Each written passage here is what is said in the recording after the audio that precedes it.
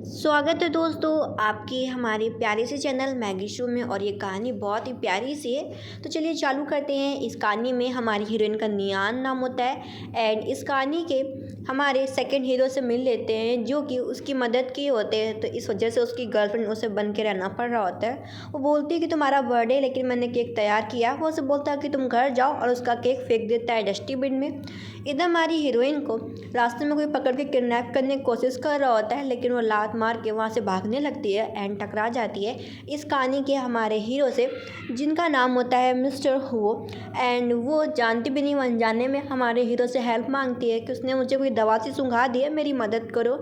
इसके बाद दोनों घर में जाते हैं, एक दूसरे को देखते हैं, किस वगैरह करते हैं और साथ में वन नाइट स्पेंड कर लेते हैं। अगले दिन वो उठती है और जाने की बात करती है। मिस्टर वो बोलता है इतनी जल्दी क्या? वो माफ़ी मांगती है कि ये सब एक छोटी सी मिस्टेक थी, मैं आपको पैसे भी ऑफ़र कर रही हूँ, ये लो पैसे।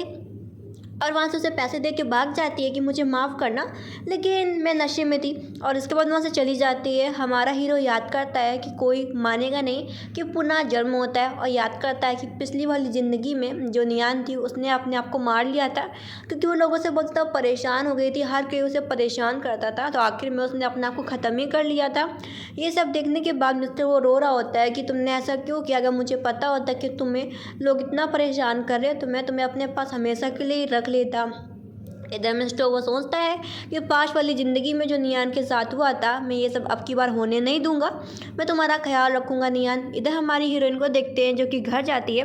उसके सामने मिस्टर रेन होते हैं। मिस्टर रेन बोलते हैं कि कल रात में तुम कहाँ थी, तुम घर क्यों नहीं आई और तुम्हारे नेक पे निशान कैसा? वो झूठ बोल देती है कि मच्छर ने काटा है। वो बोलता है कि तुम ये मत भूलना कि मैंने तुम्हारी माँ का मदद किया था, तब भी तुम्हारी माँ हॉस्पिटल में अपना इलाज करवा पा रही है। तुम मेरी एक बंदी बना के मैंने तुम्हें रखा है, तुम इस घर से भाग नहीं सकती, समझ लो ये घर तुम्हारा पिंजरा है और उड़ने की कोशिश मत करो। उसे इतना डरा देता है कि उसका जो सेल्फ कॉन्फिडेंस होता है, आत्मसम्मान, वो भी टूट चुका होता है।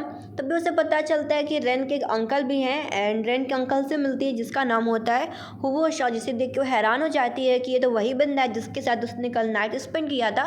वो तुरंत ही अपना मिस्टर रेन से हाथ छुड़वा लेती है। वो उसे बोलता है क्या हो गया? वो बोलती है कुछ भी नहीं नियान। वो बोलती है बस ऐसे ही हाथ में खुजली हो रही थी तो हाथ अलग कर लिया। इधर जो उसके अंकल होते हैं हुओ शाह, वो अपने भतीजे वो रेन से पूछते हैं कि तुम बताओगे नहीं कि ये लड़की कौन है? वो बोलता है कि इससे मिलो, ये मेरी गर्लफ्रेंड है अंकल, इसका नाम नियान है। और वो बोलता है नियान चलो अंकल को टी सर्व करो। तो नियान को टी सर्व करना पड़ता है लेकिन मिस्टर हुओ शाह जानबूझ के उसका हाथ टच कर लेते हैं। इधर वो उससे अपना हाथ छुड़ा के बाथरूम की ओर भाग जाती है। इधर मिस्टर वो भी कब दे के बोलता है कि कोई दूसरा वॉशरूम है। उसका भतीजा बताता है हाँ अंकल इस तरफ है। वो भी बाथरूम में चला जाता है लेकिन वो सीधा हमारी हीरोइन नियान के बाथरूम में जाता है। वो उसे बोलती है कि मुझे नहीं पता था कि तुम मेरे बॉयफ्रेंड के अंकल हो। उसे ज़बरदस्ती किस करने लगता है कि अब तो जो हो गया उसे तो हटाया जा नहीं सकता। तभी उसके बाथरूम में मिस्टर रैन आ जाता है कि क्या तुमने मेरे अंकल को देखा है? वो उसे बोलती है मैं तो तुम्हारे अंकल को जानती भी नहीं हूँ, मुझे क्या पता कि वो इधर कहाँ से होंगे।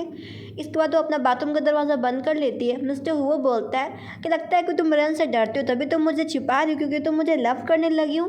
इसकी बात सुन के तो हमारी हीरोइन हैरान हो जाती है। वो बोलती है मैं भला आपको प्यार कैसे करने लगूंगी? वो बोलता तो फिर तुम मुझे अपने बॉयफ्रेंड से क्यों बचा रही हो, ये जानते हुए भी कि मैं उसका अंकल हूँ? तुम सच क्यों नहीं बाहर ला देती? ये सुनने के बाद उसका दिमाग ख़राब हो जाता है। इसके बाद वो आराम से सब लोग साथ में ब्रेकफास्ट कर रहे होते हैं एंड जो मिस्टर रैन होता है वो अपने अंकल के सामने कुछ ज़्यादा ही दिखावा कर रहा होता है कि मैं तो अपनी गर्लफ्रेंड का मतलब कि मिस नियान का कुछ ज़्यादा ही केयर करता हूँ और उसे अपने हाथों से खाना खिला रहा होता है कि इसे खाओ।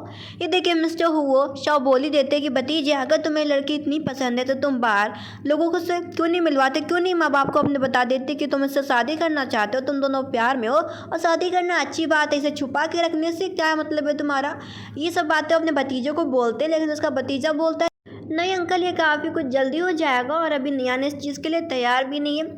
जहाँ पे मिस्टर अंकल शाह से नियान को इशारा कर रहे होते कि देख लो तुम जिस बॉयफ्रेंड को पसंद करती हो वो तुम्हें बाहर के लोगों से मिलवाना भी नहीं चाहता, वो तुम्हें सच में बंदी बना के रखना चाहता है। वो हमारी हीरोइन को इशारे से समझा रहा होता है उसकी बातों में।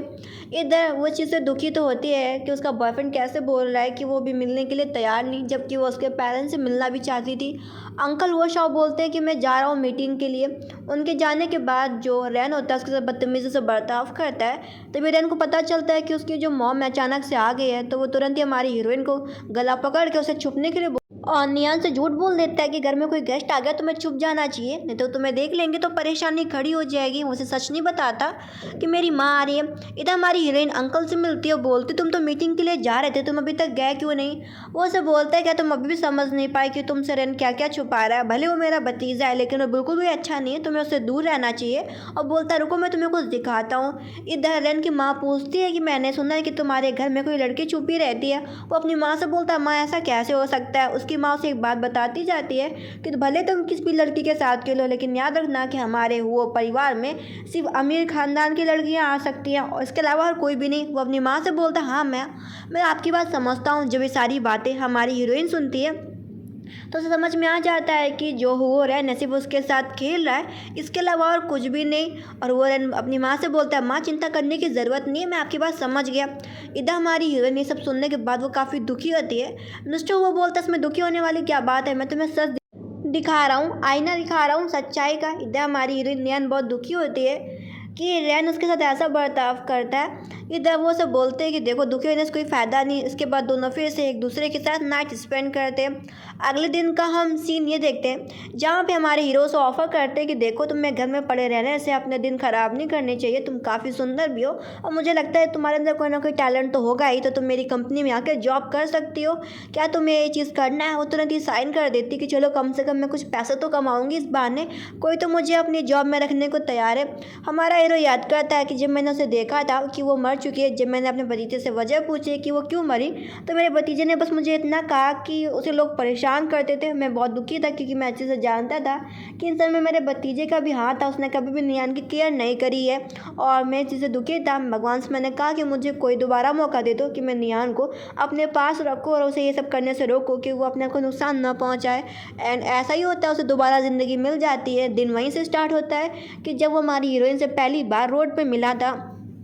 इधर वो हमारी हीरोइन जा रही होती है, उसे वो रोकता है कि तुम कहाँ जा रही हो। वो बोलती है कि मिस्टर एन मैं जा रही हूँ जॉब के लिए। वो उसका मजाक उड़ाता है कि तुम्हें कौन जॉब पे रखेगा, सब लोग जानते हैं कि तुम्हारे फादर एक मर्डरर हैं, उन्होंने किसी का कत्ल किया, तुम उनके डॉक्टर हो, तुम्हें कोई भी काम पे नहीं रखेगा।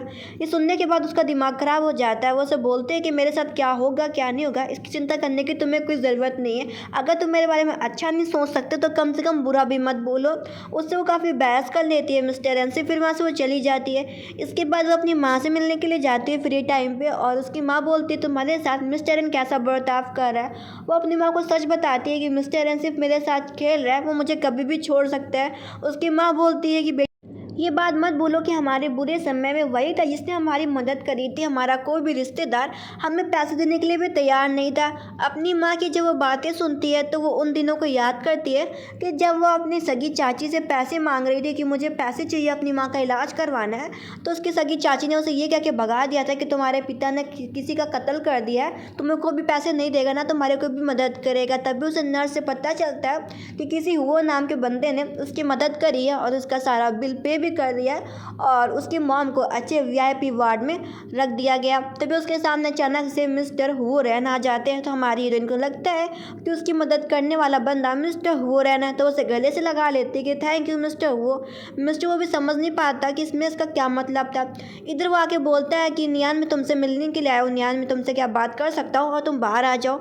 ये सुनने के बाद हमारी हीरोइन सोचती है यहाँ पे क्यों आया, ये मेरी माँ से कभी भी मिलने के लिए नहीं आता था, आज अचानक इसे क्या हो गया। वो मिलने के लिए बाहर जाती है। वो उसे बोलता है कि तुम्हें याद है इन पर्चों को देख के, ये वही सारे पर्चे जिसमें मैंने तुम्हारी माँ के मेडिकल्स बिल भरे, इसे कौन देगा। और वो अपने पैसे वापस मांगता है, जहाँ पे वो उसे बोलती है कि मैं तुम्हारे पैसे वापस कर दूंगी। वो उसे बोलता है कैसे वापस करोगी। वो बोलती है कि मैं कंपनी में काम कर रही हूँ, मुझे जॉब से पैसा मिलेगा। वो हंसता है और इसके बाद हमारी हीरोइन बाहर आ जाती, देखती है कि यहाँ पर मिस्टर वो खड़े। मिस्टर वो याद करता है कि असलियत में उसने हमारे नियान के फादर की मदद करी थी और नियान की मॉम की भी मदद करी थी। उसने ही पैसे दिए थे उसकी मॉम का इलाज कराने के लिए। लेकिन जब वो आता है तो वो देखता है कि नियान ने तो उसके भतीजे हुए रैन को गला लगा रखा था। वो सच नहीं बताता कि मैं नहीं तुम्हारी मदद करी थी, ना कि मेरे भतीजे। वो सोचता है कि मैं सही समय आने पे सब कुछ सच बता दूंगा नियान को। फिर नियान को गाड़ी में बैठालता है, ले जाता है। ये देखने के बाद वो हैरान होता है कि किसकी गाड़ी में गई, इस गाड़ी का पीछा करो। इधर हमारी हीरोइन बैठी होती है मिस्टर वो की कार में और वो बोलती है कि मुझे लग रहा है कि तुम्हारा भतीजा हमारा पीछा कर रहा है। वो उसे बोलता है इसमें डरने वाली कोई बात नहीं है और इसके बाद उसे खुद से ही किस कर लेता है। थोड़ी देर बाद गाड़ी पे कोई खटखट करने लगता है और वो बोलता है कि नियान तुम किस आदमी के साथ हो और तुम अपना चेहरा दिखाओ। तभी वो देखता है कि ये कार किसी और की नहीं बल्कि उसके अंकल की है। उसके अंकल बोलते हैं तुम नियान को यहाँ पे कहाँ ढूंढ रहे हो, नियान इस गाड़ी में क्या करेगी। और बोलते हैं कि नियान यहाँ पे नहीं है और तुमने मेरी गाड़ी में खटखट करके इसका शीशा भी तोड़ दिया, तुम मुझे पैसे भेज देना और अपने भतीजे को वहाँ से जाने के लिए बोलते हैं। मिस्टर वो बोलते हैं कि मेरा भतीजा वहाँ से चला गया, उसमें डरने वाली कौन सी बात है। उसे कोट पहनाता है और कहता है जाओ तुम अपने घर पे, मैंने तुम्हें ड्रॉप कर दिया है। और रेन भी यहाँ से चला गया है। इसके बाद वो कोट पहन के बाहर जाती है अपने घर के अंदर। तभी देखती है कि उसके अपार्टमेंट के बाहर उसका इंतज़ार मिस्टर रेन कर रहा है। उसे थप्पड़ मार देता है कि तुमने मुझे छोड़े हुए 2-3 दिन हुए, तुमने बाहर एक बॉयफ्रेंड बना लिया, तुम कितनी घटिया हो। ये सुनने के बाद उसे भी बुरा लगता है। वो सब तुरंत ही अपने पैसे मांगने लगता है। वो उसे बोलती है मैं पैसे वापस कर दूँगी और मुझे समझ में आ रहा है कि तुमने कभी मेरे बारे में विश्वास भी नहीं किया, ना तुमने कभी मेरे बारे में ऐसा सोचा, चलो हम लोग ब्रेकअप कर लेते हैं। वो उसे बोलता है तुम्हें लगता है कि तुम मुझसे ब्रेकअप कर लोगे तो कोई भी तुम्हारी मदद नहीं करेगा। वो बोलती है हाँ हम लोग ब्रेकअप करें। और वो जाती है अपने घर के अंदर। वो उसे घर के अंदर घुसने नहीं दे रही होती। वो उसे बोलता है मैं तुम्हारा बॉयफ्रेंड रह चुका हूँ तो मुझे घर के अंदर नहीं आने दोगी। वो कहती नहीं। इसके बाद वहाँ पे थोड़ी देर बाद मिस्टर हुओ शाओ आ जाते हैं। बोलते हैं कि तुमने मेरा कोट ज़मीन में फेंक दिया, मुझे मेरा कोट के पैसे चाहिए। वो उसे बोलते हैं ठीक है मैं तुम्हें नया कोट दिला देती हूँ। उसे नया कोट दिलाने के लिए जाती है। वो देखती है कि दुकान बहुत ज़्यादा महंगी है। वो बोलती है कि मैं इतना महंगा कोट आपको नहीं दिला सकती। वो उसे बोलता है कोई बात नहीं, तुम मुझे गले लगा लो, ये दुकान पूरी मेरी है, तुम बस चूज़ कर लेना, मैं वही कोट पसंद कर लूँगा। वो उसे हक कर लेती है और उसके लिए कोट पसंद कर रही होती है। जहाँ पे मिस्टर वो अपनी मॉम की बातों को याद करता है। उसकी मॉम कहती थी कि जो कोई औरत किसी आदमी को पसंद करती है तो वो उसके लिए कपड़े खुद से ही चुनती है। ये सुनने के बाद मिस्टर वो उन दिनों को याद करता है। फिर आज का दिन सोच रहा होता है कि नियान मुझे पता है कि तुम मुझे पसंद नहीं करती, लेकिन एक समय आएगा कि तुम मुझे पसंद करोगी और मैं उस दिन का इंतज़ार कर रहा हूँ। इधर हम सीन देखते हैं हुआ रेन को जो कि नियान की बेइज्जती कर रहा होता है। उसके दोस्त लोग पूछ रहे होते हैं क्या तुम सीरियस हो नियान के साथ, जहाँ पे वो जवाब में बोलता है बिल्कुल भी नहीं। इधर मिस्टर वो हमारी हीरोइन नियान को कहीं लेके जाता है कि मैं तुम्हें एक और चीज़ दिखाना चाहता हूँ, और वो उसी सेम बार में लेके जाता है जहाँ पे उसका भतीजा हुआ रेन होता है और बोलता है कि खुद के कान से खुद ही सच्चाई सुन लो। जहाँ पे उसका जो भतीजा होता है वो अपने दोस्त से बुराइयां कर रहा होता है नियान की। तो नियान इतनी खूबसूरत भी नहीं है, उसके फादर ने किसी को मार भी डाला, कौन ऐसी लड़की से शादी करेगा। मैंने तो उसका कॉन्फिडेंस भी तोड़ दिया है, उसके अंदर बिल्कुल भी हिम्मत नहीं है। मैं तो उसके साथ खेल रहा हूँ, खेलने के बाद उसे छोड़ दूँगा। जब नियान अपने बारे में इतनी इतनी बुरी बातें सुनती है कि जो वो रन उसके बारे में इतना बुरा सोचता है, वो दुखी हो जाती है और रोने लगती है। मिस्टर वो उसे कमरे में लेके जाता है, लेकिन वो खुद से मिस्टर को किस करने लगती है। ऐसा लग रहा होता है क्या वो हुआ रेन के साथ नहीं रहना चाहती, बल्कि वो रहना चाहती है हुआ शाओ के साथ। इसके बाद ये ड्रामा यहीं पे ख़त्म होता है। आई होप आपको पसंद आए मिनी ड्रामा, तो प्लीज़ लाइक सब्सक्राइब ज़रूर करिएगा।